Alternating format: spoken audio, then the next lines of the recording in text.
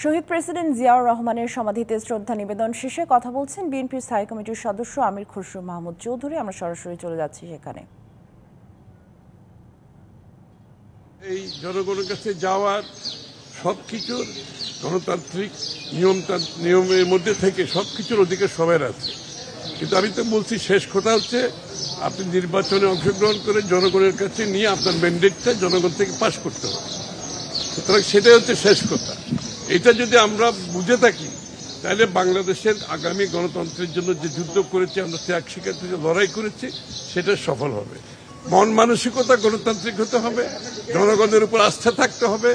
জনগণের আস্থার মাধ্যমে অর্জন করে আপনাকে আপনার দাবি দেওয়া আদায় করতে হবে। সেটা নির্বাচনের মাধ্যমে একমাত্র সম্ভব, আর কোনো পথ নাই এখানে। বলতে পারবেন, বলতে পারবেন, তো অসুবিধা কিছু নেই।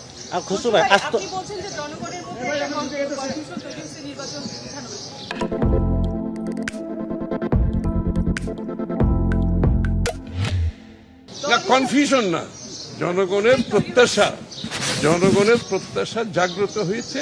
কারণ যেই জনগণ তার মালিকানা ফিরে পাওয়ার জন্য 16 বছর অপেক্ষা করতে হয়েছে, তার মালিকানা তারা যত তাড়াতাড়ি সম্ভব ভোটাধিকারের মাধ্যমে তাদের নির্বাচিত প্রতিনিধির মাধ্যমে সরকার গঠন করে, সংসদ গঠন করে তাদের কাছে দায়বদ্ধ জবাবদিহি সরকার তারা চায়।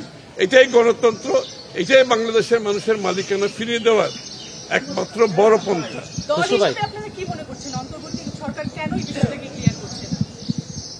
এখনো কোনো কেন দিচ্ছে না সেই উত্তর তো তারা দিতে পারবে, সেই উত্তর তো আমি দিতে পারবো না।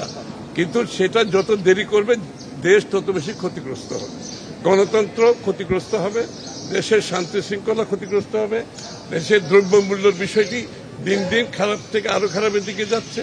সুতরাং দেশের মানুষের সাথে, গণতন্ত্রের সাথে, জনগণের সাথে দ্রুততম সময়ে গণতান্ত্রিক অর্ডার ফিরিয়ে আনতে হবে।